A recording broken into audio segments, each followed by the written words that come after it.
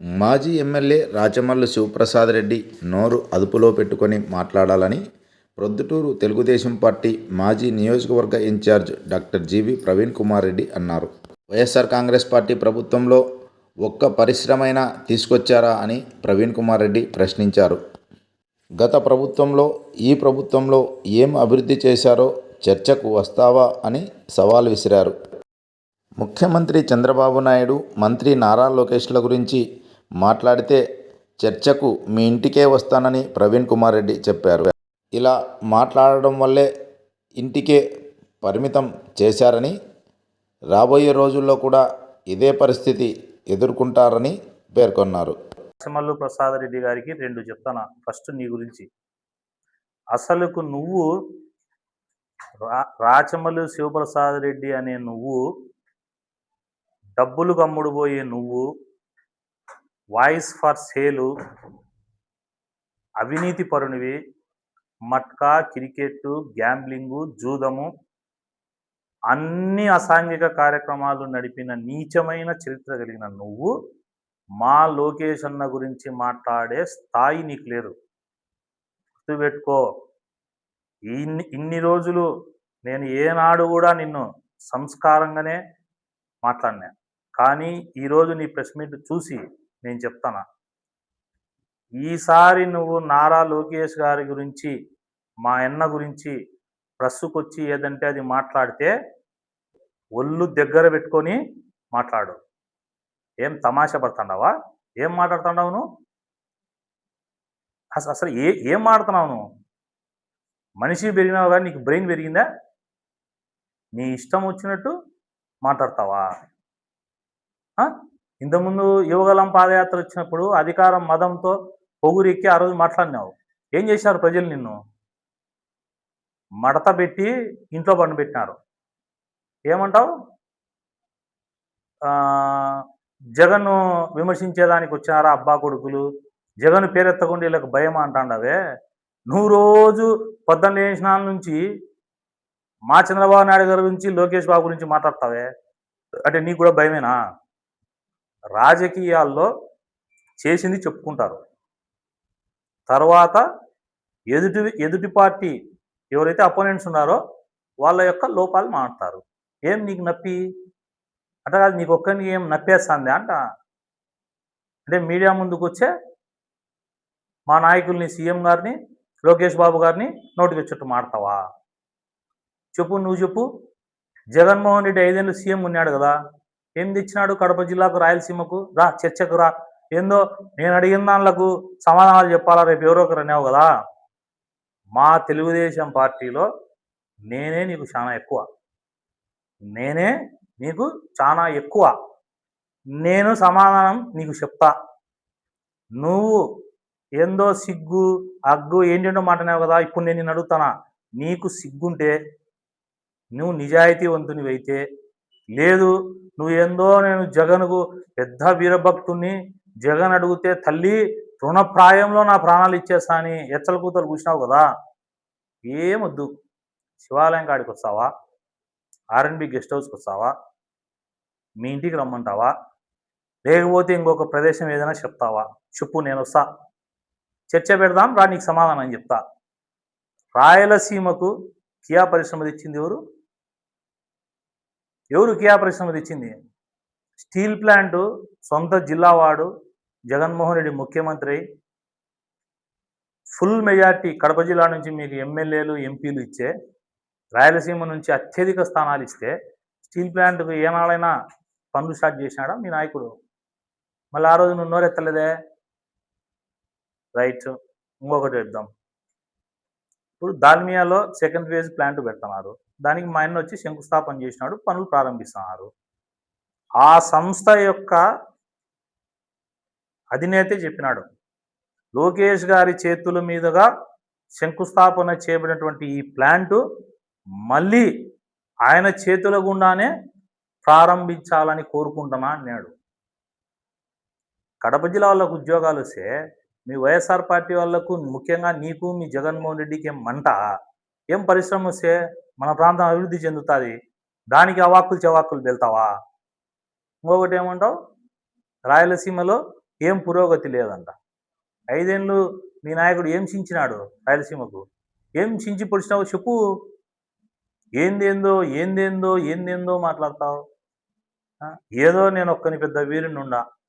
జగన్మోహన్ రెడ్డి అసలు నీకెందుకు అధికార ప్రతినిధి పోస్ట్ ఇచ్చినాడో అసలు ప్రజలకు అర్థం కావడంలే. నువ్వు ఏం మాట్లాడుతున్నావు? నీకు ఎన్నో సార్లు చెప్పినా సైకలాజికల్‌గా డిస్టర్బ్ అయినావు నాయనా. నువ్వు చూసుకో పోయి ఏదన్నా నువ్వు మానసిక వికలాంగుడివి. మానసిక వికలాంగుడివి. ఏం మాట్లాడతావో నీకే తెలీదు. నేను అడుగుతాండా సమాధానం చెప్పాలంటావు. నేను అడిగిన దాంట్లోకి ఎన్ని దాంట్లకు సమాధానం చెప్పినావు పొద్దుటూరులో? నీ నడ్డిపు నువ్వు చూసుకో. ఊరికే మనిషి పెరగడం కాదు. బుద్ధి ఉండాల. మాట్లాడేటప్పుడు ఒళ్ళు దగ్గర పెట్టుకో. ఇంగా కార్యకర్తల మీటింగ్‌కి వచ్చాడు. ఒక్క క్వెషన్ అడుగుతా చెప్పు. 5 ఏళ్ళు మీ నాయకుడు, మీ ఆరాధ్య దేవుడు, ఆయన కోసం ప్రాణాలిచ్చే నువ్వు ఉండావే. 5 ఏళ్లలో మీ అధినాయకుడు జగన్మోహన్ రెడ్డి గారు ఏనాడైనా పొద్దుటూరులో కార్యకర్తలతో సమావేశం పెట్టినాడా? చెప్పు, నువ్వు చెప్పు. ఏనాడైనా కార్యకర్తల సమావేశం పెట్టినాడా? మా అన్న జాతీయ వర్కింగ్ ప్రెసిడెంట్‌గా ఎన్నికైనాక అన్ని నియోజకవర్గాలు తిరగాల, క్యాడర్‌ను, పార్టీని బలోపేతం చేయాలని ఆయన తిరుగుతున్నాడు. ఆయనకు విజన్ ఉంది. నీకేముంది గొడ్డలి పార్టీకి? ఏముంది చెప్పు నీకు? నీ ఇష్టం వచ్చినట్టు మాట్లాడతావు. నీ ఇష్టం వచ్చిన కూతలు కూస్తావు. ఏమనుకుంటున్నావు నీ గురించి నువ్వు? ప్రజలు నీ ప్రెస్ మీట్ వినాలంటే ప్రజలు భయపడుతున్నారు. ప్రజలు భయపడుతున్నారు. తలకాయ చెడిపోయి రాచమల్లు ప్రసాద్ రెడ్డి ఏం మాట్లాడతాడో ఎందుకు లేరా నాయన అని చెప్పి యూట్యూబ్లో నీ వస్తే చూసేయడం కూడా మానుకుంటున్నారు ప్రజలు. ఛాలెంజ్ చేస్తాడా, నీకు దమ్ముంటే, నీకు ధైర్యం ఉంటే, సిగ్గుంటే, ఇంకొకటి ఉంటే, ఇంకొకటి ఉంటే, ఇంకొకటి ఉంటే నువ్వు చర్చకు రా, నేను వస్తా. చర్చలో మా నాయకుడు ఏం చేసినాడు, మీ నాయకుడు ఏం చేసినాడు చర్చిస్తాం. ప్రొద్దుటూరుకు నువ్వేం చేసినావు, మా పార్టీ అధికారంలోకి వచ్చినాక ఏం చేసినాం చర్చిస్తాం. లోకేష్ అన్న గురించి మాట్లాడుతున్నావు. ఫస్ట్ ఆఫ్ ఆల్ నువ్వు ఒకటి తెలుసుకో. ఈ పక్కన లోకేష్ అన్నను పెడదాం, ఈ పక్కన మీ నాయకుడు జగన్మోహన్ రెడ్డి గారిని పెడదాం. Note this point Rachamallu Prasad Reddy, వీళ్ళిద్దరి గురించి మాట్లాడదాం. లోకేష్ అన్న ముఖ్యమంత్రి కొడుకు, రాష్ట్ర మంత్రి. మీ నాయకుడు మాజీ ముఖ్యమంత్రి కొడుకు ప్లస్ మాజీ ముఖ్యమంత్రి. ఇద్దరి డిఫరెన్సెస్ చెప్తా ఇను. మా లోకేష్ అన్న పరిశ్రమలు తెచ్చి అభివృద్ధి చేయాలా రాష్ట్రాన్ని అనే లైన్లో ముందుకు పోతున్నాడు. మీ నాయకుడు వచ్చిన అమర్ రాజా వాళ్ళని కానీ ఇంకా ఎన్నో పరిశ్రమల్ని సీఎంగా ఉన్నప్పుడు నాకు భాగం ఇస్తారా లేకపోతే ప్లాంట్ నుంచి ఎత్తేయండి అని పంపించినాడు. సొంతం మీ పార్టీ అప్పటి ఎంపీ వాళ్ళ లిక్కర్ ఫ్యాక్టరీలు కానీ ఇతర ఫ్యాక్టరీలను కానీ రాష్ట్రం నుంచి వెళ్ళగొట్టిన చరిత్ర మీ నాయకుడిది. డిఫరెన్స్ నెంబర్ 1 ఇది. పరిశ్రమలు తెచ్చిన నాయకుడు మా లోకేష్ గారు, పరిశ్రమలు వెళ్ళగొట్టింది మీ జగన్. ఇది పాయింట్ 1. పాయింట్ 2, అహంకారం. మీ నాయకుడికి ఒళ్ళంతా అహంకారం, అందుకే నీలాంటి అహంకారులు కూడా ఆయన కింద ఉంటారు. మా నాయకుడికి ఒళ్ళంతా ప్రేమ, దానికే ఉదాహరణ. మీ నాయకుడు సీఎం ఉన్నాడు కదా, నీకు ఎన్నిసార్లు అపాయింట్మెంట్ ఇచ్చాను రాచమల్లు చెప్పు? ఒక 4 సార్లు ఇచ్చింటాడా? 5 ఏళ్లలో 2 సార్లు గెలిచింటావా, 4 సార్లు గెలిచింటావా? మా నాయకుడు కార్యకర్తలమైన నాలాంటి వాళ్ళను కూడా మినిమం అంటే సంవత్సరానికి 2-3 సార్లు కలుస్తాడు. ఇది ప్రేమ కలిగిన నాయకుడు. మీ నాయకుడు పొగరు పట్టిన నాయకుడు, ప్రేమకు పొగరు. ఇది డిఫరెన్స్ నెంబర్ 2.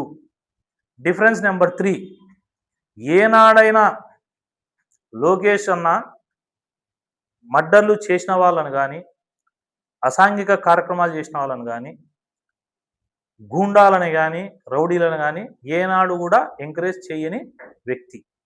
మీ నాయకుడు నిన్ను ఎంకరేజ్ చేసినాడంటే నేను నా నోటితో చెప్పకూడదుగా, ఎందుకంటే నేను చెప్పినాను అనుకో అవి ఇంకా చాలా నీ చరిత్ర గలీజ్గా ఉంటుంది. మీ పార్టీలోనే మర్డర్లు చేసిన వాళ్ళు ఉన్నారు, ఎంకరేజ్ చేసినాడు, తలకాయి బాడీని డెడ్ బాడీని పార్సల్ చేసినారు ఇళ్ళకి. అట్లాంటి చరిత్ర మీ నాయకుడి అనుచరులది.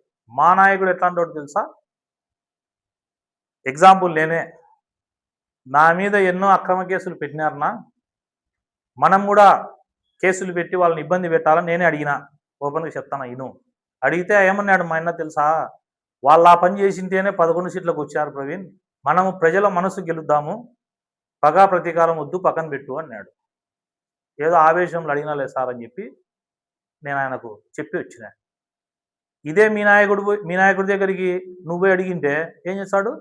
ఇమ్మీడియట్గా జైల్లో పోయి వాడిని పోలీసులతో కొట్టి, వాళ్ళ ఫ్యామిలీ మెంబర్స్ని కేసులు ఇరికి, వాళ్ళ ఆడవాళ్ళని ఇరికియండి కేసుల్లో అని చెప్పే నీచమైన చరిత్ర మీ జగన్ది. వద్దు, నిజాయితీగా ప్రజల మనసు గెలుద్దాం, పనిచేస్తామనే మంచి మనసు మా నాయకుడిది. మంచి మనసున్న మా నాయకుడు ఎక్కడ?